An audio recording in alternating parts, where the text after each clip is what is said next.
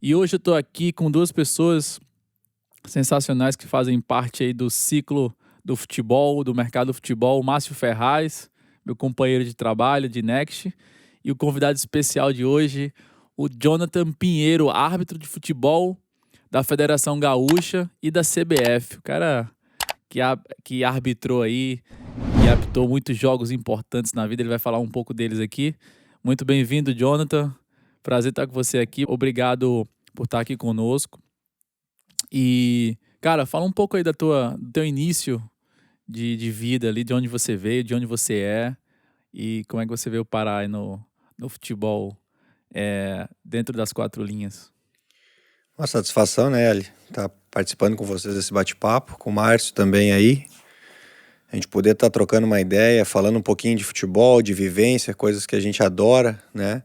E também sobre um tema que mexe conosco, né? Que é a questão do empreendedorismo, né? Tanto da vida pessoal de cada cidadão, mas aliado com o esporte, aliado com o futebol também, que é uma coisa que movimenta aí o nosso mercado, digamos assim, né? Você viveu o futebol e a educação ao mesmo tempo, né? Quando criança ali, ou você era daquela família que, assim como a do Márcio, investia tudo no futebol? Não, na realidade é o seguinte, a minha história com o futebol, tentei jogar, né? A gente sempre brinca, né? Que todo árbitro é um jogador frustrado, né? Não deu certo no campo? Não deu certo uma bola no pé? Óbvio que não, né? Óbvio que não. Comecei com 7 anos jogando na escolinha, né? Não sei se eu posso citar aqui, mas o nome da escolinha era Esporte Clube Americano, né? De Novo Hamburgo. Uhum. Sou muito grato pelas portas que o americano me deu com 7 anos para jogar. Eu era goleiro, né? Então aprendi muito a questão do respeito, né? Aprendi muito a perder também, porque o esporte ele te ensina, né? Ele te molda, ele te ensina que nem sempre tu vai ganhar, né?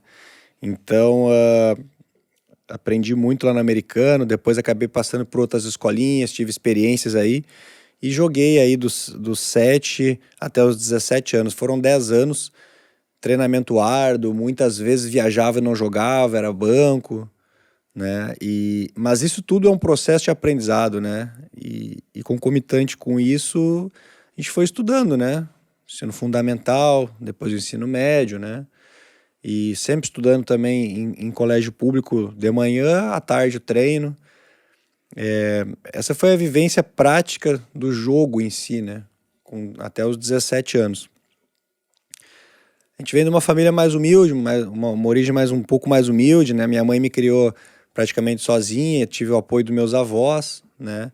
Não tive uma figura paterna próxima nem do lado, então isso também dificultou o processo de criação. Então, em função disso, ali com 17 anos, ela chegou para mim e me deu assim uma real, digamos assim, falou, ó, a mãe precisa que tu de repente pense se tu quer apostar ainda um pouco mais no futebol, ou se tu de repente tu pode trabalhar, pode pensar em fazer uma faculdade e tudo mais.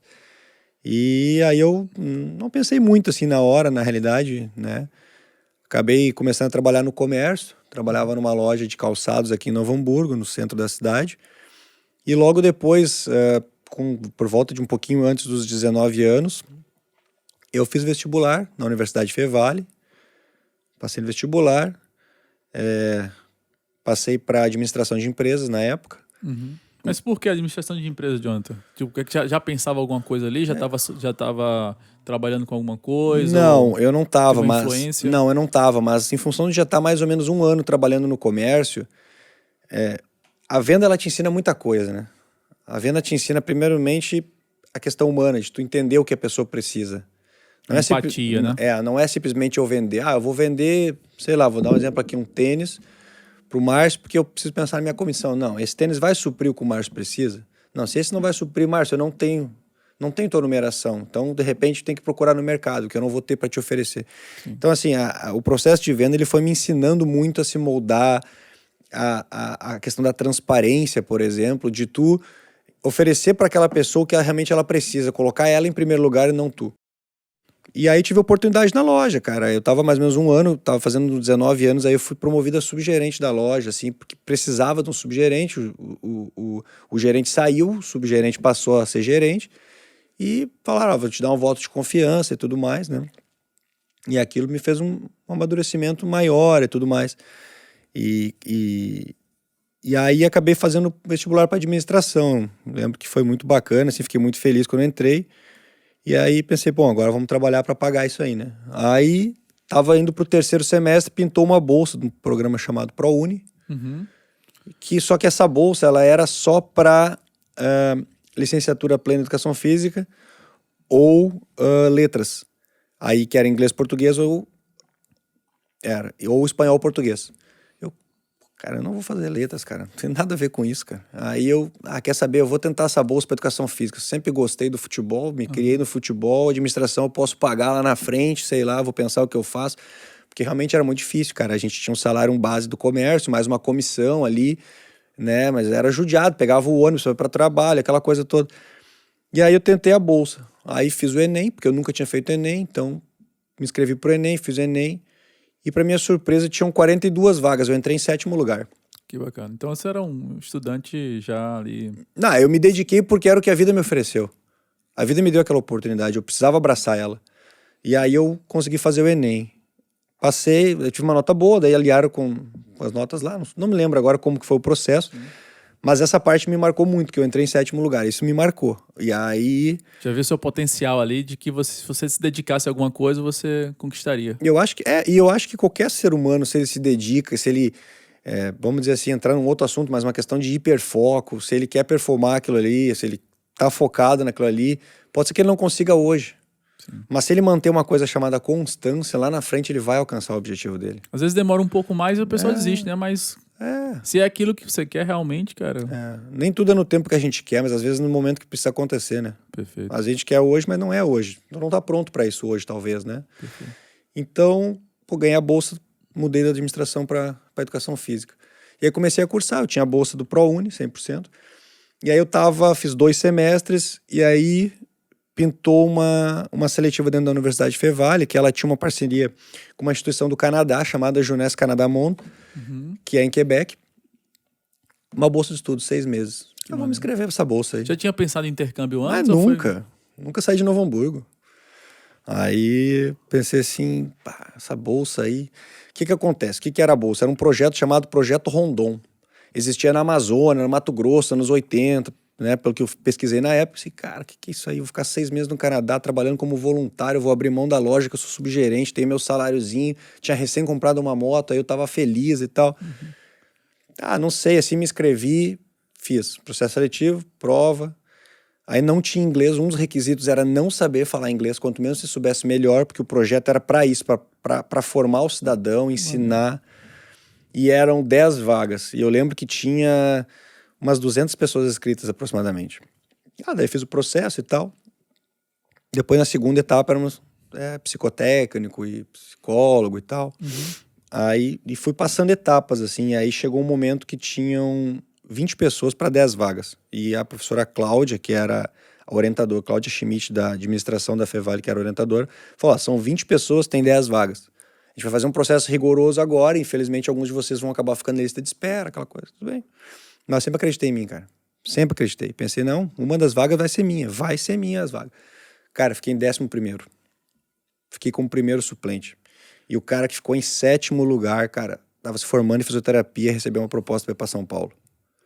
E aí ela me ligou, nunca vou me esquecer. Eu tava no laboratório de informática, tocou o telefone, um número que eu não conhecia, eu atendi bem baixinho, assim. Eu tava fazendo algum trabalho pra aula que ia começar às 19h30, né? Eu tava ali 18 horas, uma coisa assim. Daí ela disse assim, professora Cláudia aqui, eu queria falar contigo, mas eu não imaginava que era isso. Aí ela disse assim, eu falei, tô aqui na Fevale, então vem aqui na administração, 3º andar do prédio Lilás. E aí pra te ver como isso me marcou, porque eu lembro todos os detalhes disso aí. Foi uma coisa que mudou minha vida. E aí ela falou, assim, o cara desmarcou, um selecionado, ele não vai poder comparecer, não vai poder ir. Queria saber se tu tem oportunidade, tu te sente preparado, acima de tudo. Tu vai ficar longe da tua família 6 meses, tu vai ficar... É uma dificuldade, né, a questão e tal. Você tinha compartilhado isso com tua mãe? Já tinha falado alguma coisa? Não, o processo seletivo sim, mas muito vago. Porque nem eu sabia o que eu tava fazendo.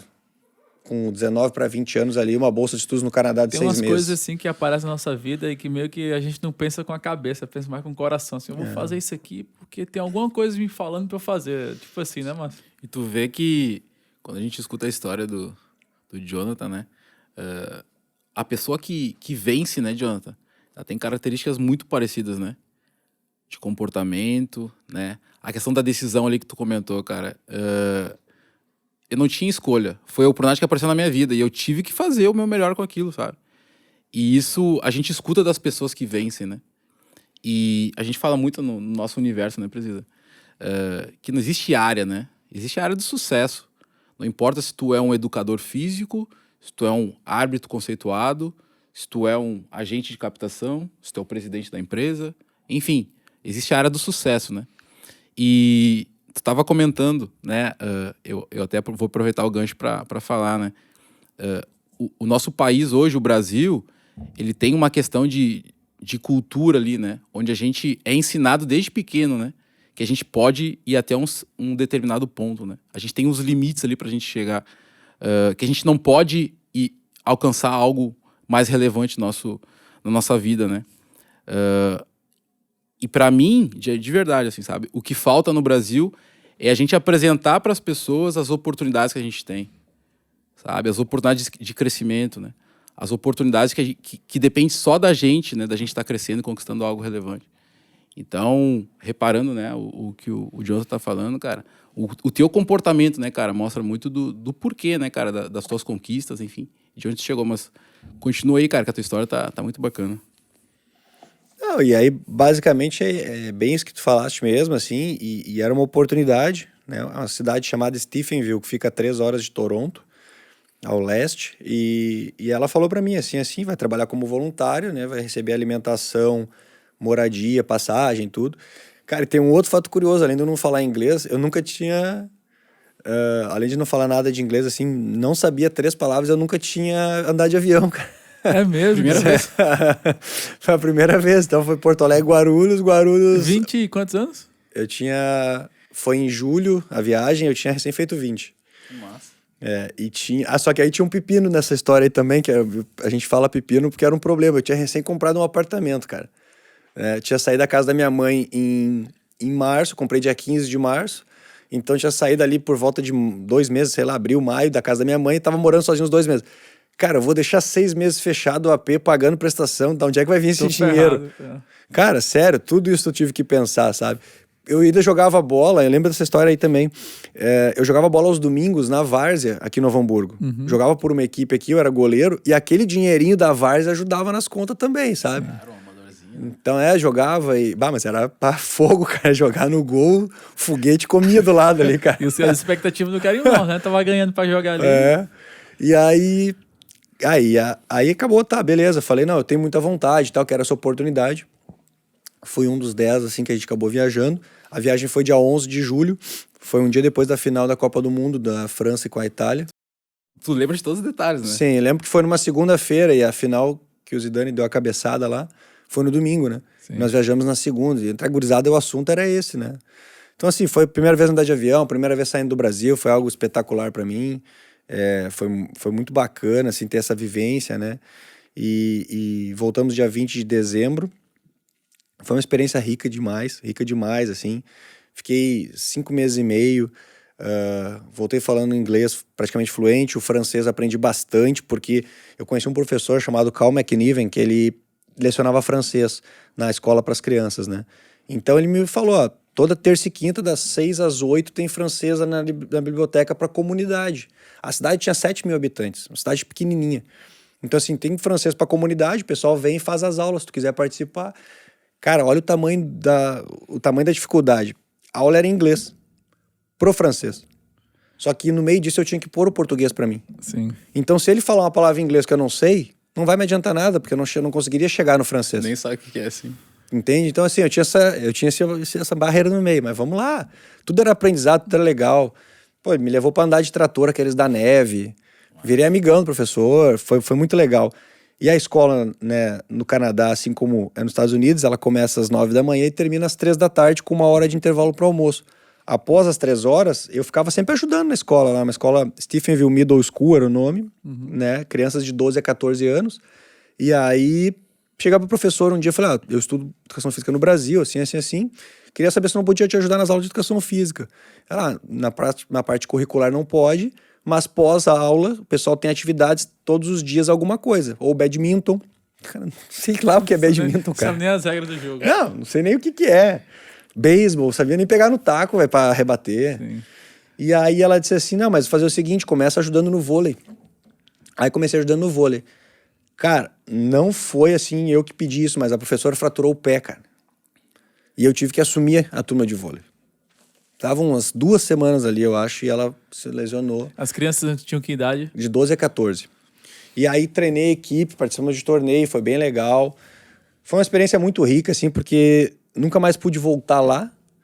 A senhora que eu morava na casa já faleceu, né? A dona Cecília Williams, que eu morava na casa dela, ela já faleceu. Depois eu fiquei sabendo que ela faleceu através do professor Cal, que a gente conversava bastante por e-mail, daí ele me contou que ela tinha falecido e tal.